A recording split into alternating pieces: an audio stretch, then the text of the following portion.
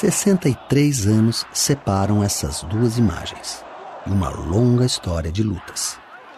Em 1917, quase todos os trabalhadores de São Paulo entraram em greve.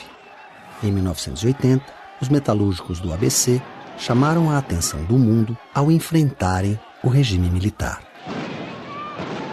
Mesmo separados pelo tempo, esses trabalhadores estiveram unidos por um mesmo propósito: garantir condições dignas de trabalho para todos. Um reajuste que não seja mais um reajuste de esmola, que não seja mais um reajuste de fome, mas um reajuste com dignidade.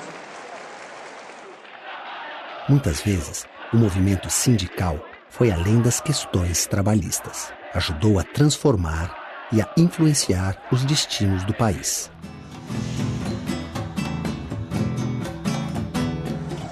Final do século XIX. A abolição da escravatura marca o início do trabalho assalariado no Brasil. A economia era movida pela agricultura. O café, seu mais importante produto, era cultivado no estado de São Paulo, com trabalhadores imigrantes, principalmente italianos. A fortuna dos fazendeiros paulistas também impulsionou um novo negócio: a indústria.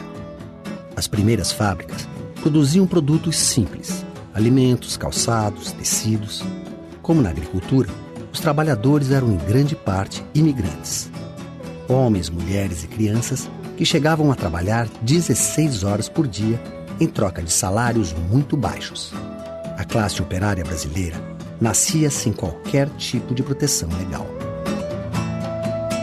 Essa época, a realidade era absolutamente de uma exploração brutal da força de trabalho, né? Na verdade, não havia disciplinamento, não havia legislação, então não havia qualquer forma de regulação ou controle do nosso nascente capitalismo liberal. Os trabalhadores que já tinham criado associações de assistência a colegas desempregados ou doentes, agora começavam a se unir por seus direitos. A partir de 1900, a organização de sindicatos cresce. E qualquer movimentação para lutar por direitos, seja a jornada de trabalho, contra o trabalho dos menores, contra o trabalho exploratório das mulheres e dos jovens, etc., era visto como caso de polícia. Então, o movimento nascente do sindicalismo no Brasil, quando ia para a luta, sofria forte repressão. Várias correntes políticas e ideológicas influenciaram o movimento operário em sua formação. Então você tem ideologias sindicais, né? Tem algumas ideologias que vinculam a luta reivindicativa dos trabalhadores com a luta por uma sociedade futura, mais igualitária, mais democrática. Tem outras ideologias sindicais que se restringem a apresentar as reivindicações presentes dos trabalhadores sem nenhum projeto de transformação maior da sociedade. E dentro de cada um desses dois campos tem inúmeras variantes. Mas sindicalismo sem ideologia não existe.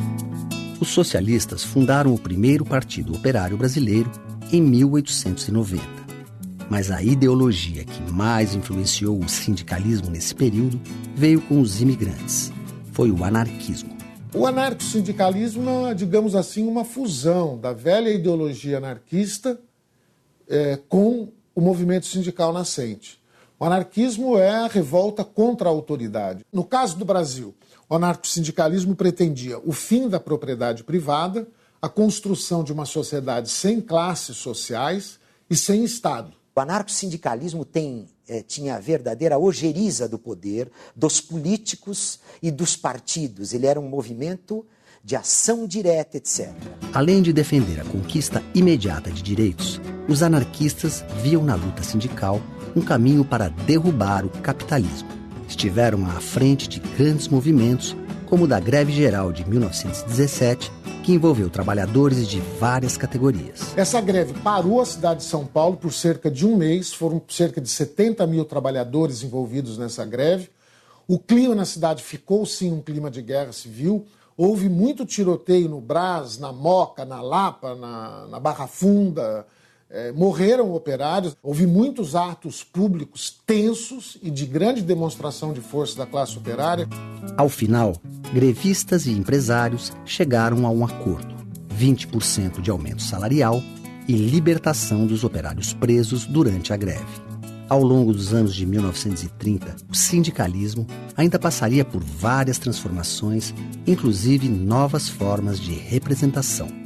O grande problema de um sindicalismo anarquista é que ele chega até um momento, e quando você precisa, então, ter uma influência política, uma influência no poder para criar, por exemplo, uma legislação protetora do trabalho, etc., ele tem uma certa dificuldade.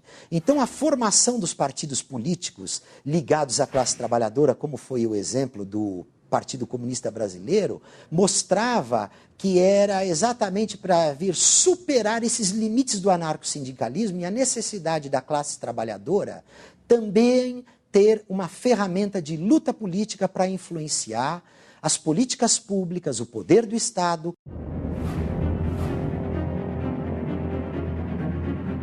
Com a ascensão de Getúlio Vargas ao poder, o sindicalismo brasileiro sofreu forte interferência. O Ministério do Trabalho, da Indústria e do Comércio, criado em 1930, passou a controlar os sindicatos e a limitar a contratação de imigrantes a 1/3 do quadro de cada empresa. Existe um discurso para o público externo, que é o discurso de vamos proteger a nossa Força Nacional de Trabalho e, portanto, contrataremos prioritariamente trabalhadores nacionais. Esse é um discurso. O segundo discurso, que não é para o público externo, é exatamente a motivação, vamos nos proteger destes estrangeiros que têm nos perturbado desde o final do século XIX, com suas implicações anarquistas e, posteriormente, com suas vinculações comunistas. Com as relações trabalhistas regidas por lei, agora não só os empregados, mas também os patrões podiam se organizar em sindicatos. Nós teremos a criação de um imposto que passa a ser cobrado obrigatoriamente dos trabalhadores. Essa contribuição é recolhida para o governo, mas depois ela vai ser, parte dela, passada para a organização sindical. Agora, se isso pode ser visto como um aspecto extremamente positivo no sentido de organizar os trabalhadores, tem um aspecto negativo, porque os sindicatos ali formados com base nessa contribuição começam a ter uma dependência muito grande. E isto gera, no futuro, o chamado sindicalismo do Estado, que é o sindicalismo atrelado ao Estado e mais vinculado aos interesses que são desenvolvidos pelo governo do que os próprios interesses do movimento social. O sindicalismo tutelado pelo Estado nasce em um momento de forte expansão da indústria nacional, especialmente da indústria de base, como a Companhia Siderúrgica Nacional. Na verdade, o Estado brasileiro tenta montar uma estrutura corporativa buscando harmonia nas relações entre trabalho e capital, evitando conflito. Para quê? Para administrar o desenvolvimento da indústria, o desenvolvimento nacional. Com o mesmo rigor que controlava o movimento sindical, Getúlio oferecia contrapartida aos trabalhadores. Criou o salário mínimo, férias anuais de 30 dias e a Previdência Social, direitos que ainda hoje são garantidos pela CLT, a Consolidação das Leis do Trabalho. O trabalhador brasileiro possui hoje o seu Código de Direitos, a sua Carta de Emancipação Econômica. Ele sabe perfeitamente o que isso vale. O Estado varguista, até os anos 45, criou uma estrutura sindical de controle praticamente dizendo, vocês não precisam se sindicalizar, deixa que o Estado cuida de vocês. No entanto, o mundo do trabalho e a economia capitalista têm contradições maiores do que os desejos dos governantes. De 45 a 64, nós vimos intensa mobilização do movimento sindical, tentando escapar desse controle do varguismo. Greves importantes, formações de centrais sindicais, uniões sindicais, movimentos de unificação dos trabalhadores. Por quê? A própria legislação sindical não contém as reivindicações dos trabalhadores. Em julho de 1962, com uma greve nacional, os trabalhadores conquistaram um antigo sonho, o 13º salário. O presidente era João Goulart, que havia se lançado na política com o apoio de Getúlio Vargas. Jango, como era conhecido, deu mais atenção às questões sociais. Trabalhadores e organizações populares ganharam espaço. Mas foi um período de turbulências. O mundo vivia sob influência da Guerra Fria. E no Brasil, as classes conservadoras temiam uma guinada do governo de Jango ao comunismo. Ele começou a olhar para a esquerda, para o mundo do trabalho e falou: ou eu faço medidas, ou então eu perco a minha legitimidade. Isto, evidentemente, acabou sendo uma ameaça brutal para as elites golpistas que já desde a década de 50 já eram anti-Getúlio, antinacional, antidesenvolvimentistas e queriam um país mais subordinado aos interesses internacionais. 1964. Um golpe militar depõe o presidente da República e estabelece uma ditadura militar que duraria 21 anos. Ao longo desse período, o regime tornou a censura, a perseguição e a tortura práticas legais. Os atos autoritários atingiram profundamente a sociedade e o movimento sindical. Mais de 500 sindicatos sofreram pressão e intervenção. O golpe, o que ele destruiu em pouquíssimos anos foi com a organização sindical e com a organização política dos trabalhadores. Vários sindicatos tiveram a diretoria cassada e ficaram sob intervenção. Muitos líderes sindicais foram presos e passaram a viver na clandestinidade. Outros foram mortos pela repressão, como o metalúrgico Santo Dias. Aqui ele aparece no documentário Braços Cruzados, Máquinas Paradas, de 1978. É hora de união, foi. Sem união não há direito, sem luta não há vitória. Menos de um ano depois, seria assassinado com um tiro pelas costas quando estava no comando de uma greve em São Paulo e negociava a libertação de operários presos.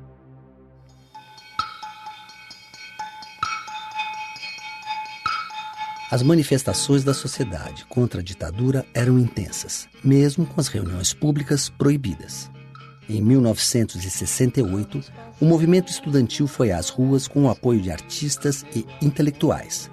100 mil pessoas exigiam a volta da democracia. Vamos passear nas veredas.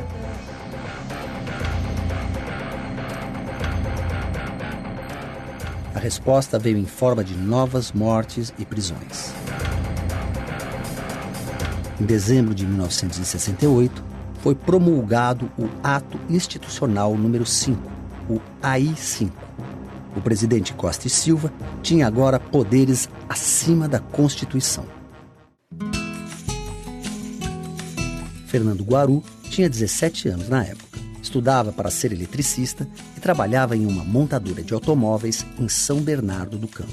Eu não conhecia a palavra sindicato nem a palavra greve. As pessoas corriam o risco de ser presas se começassem a falar de sindicato, de luta de classes. Então, a nossa consciência era muito tênue, muito tenra.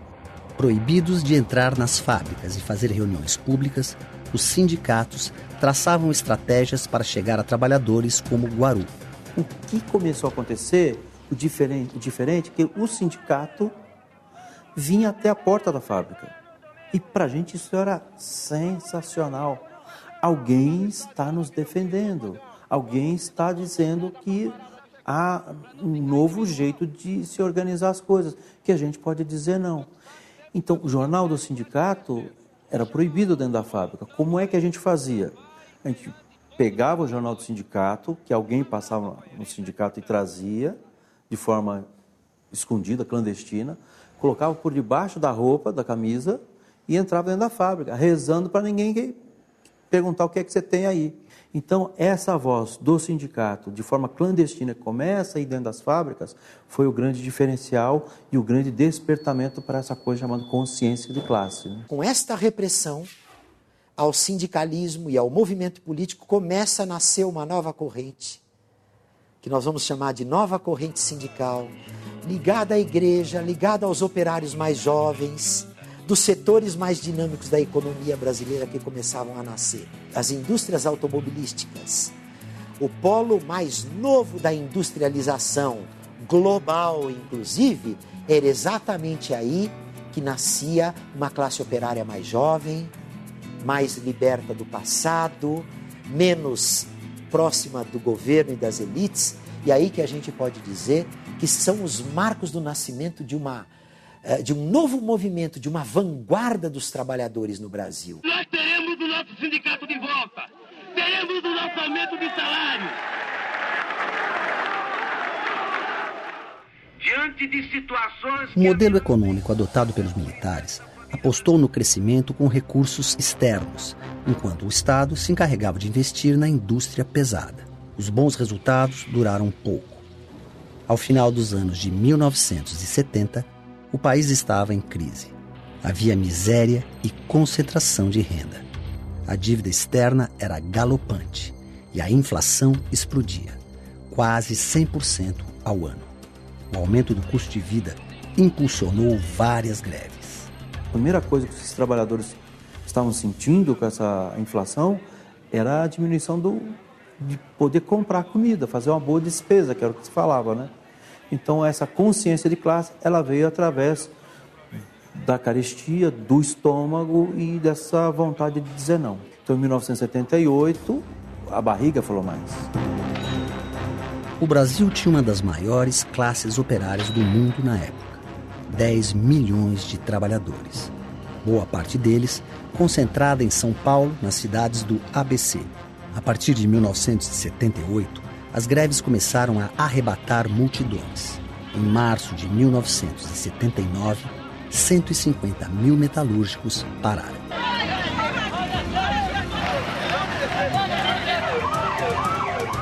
Em 1980, existe um endurecimento por parte dos patrões. E junto com esse endurecimento na mesa de negociação, existe uma repressão por parte do Estado proibindo de fazer assembleias. Os trabalhadores, então, saem às ruas em passeatas e manifestações que também são reprimidas. Marechal Deodoro é o nome de uma avenida muito importante aqui em São Bernardo do Campo e foi palco das nossas lutas, passeatas, caminhando. Os capítulos me vêm à mente. Era cavalaria, era gente correndo, gente fugindo, gás lacrimogêneo. A greve de 1980 dura 41 dias. Lula, então presidente do Sindicato dos Metalúrgicos de São Bernardo do Campo e Diadema, é preso junto com outros 14 líderes sindicais. No estádio da Vila Euclides, milhares de pessoas se reúnem no dia 1º de maio para protestar e pressionar o governo. Eu estava entre milhares e milhares de pessoas e eu não conhecia essas pessoas. Todos os trabalhadores, eu não conhecia assim pessoalmente. Encontrei um companheiro de trabalho e nós nos abraçamos e choramos porque nós estávamos fazendo o que era proibido. A greve que começa com a questão economicista, salarial, pela dura repressão que recebe, então ela descortina, coloca à mostra uma ferida brasileira. A ditadura militar e a proibição dos direitos mais elementares dos trabalhadores. O sindicalismo do ABC, logo ele percebe que para reunir todas essas reivindicações do mundo do trabalho e para reunir um movimento pela democracia, pelas liberdades, era preciso mais do que sindicatos. Era preciso criar um partido que representasse este conjunto de insatisfações e reivindicações. Os movimentos do ABC estimularam várias categorias a lutar por seus direitos e ajudaram a precipitar o fim da ditadura em 1985.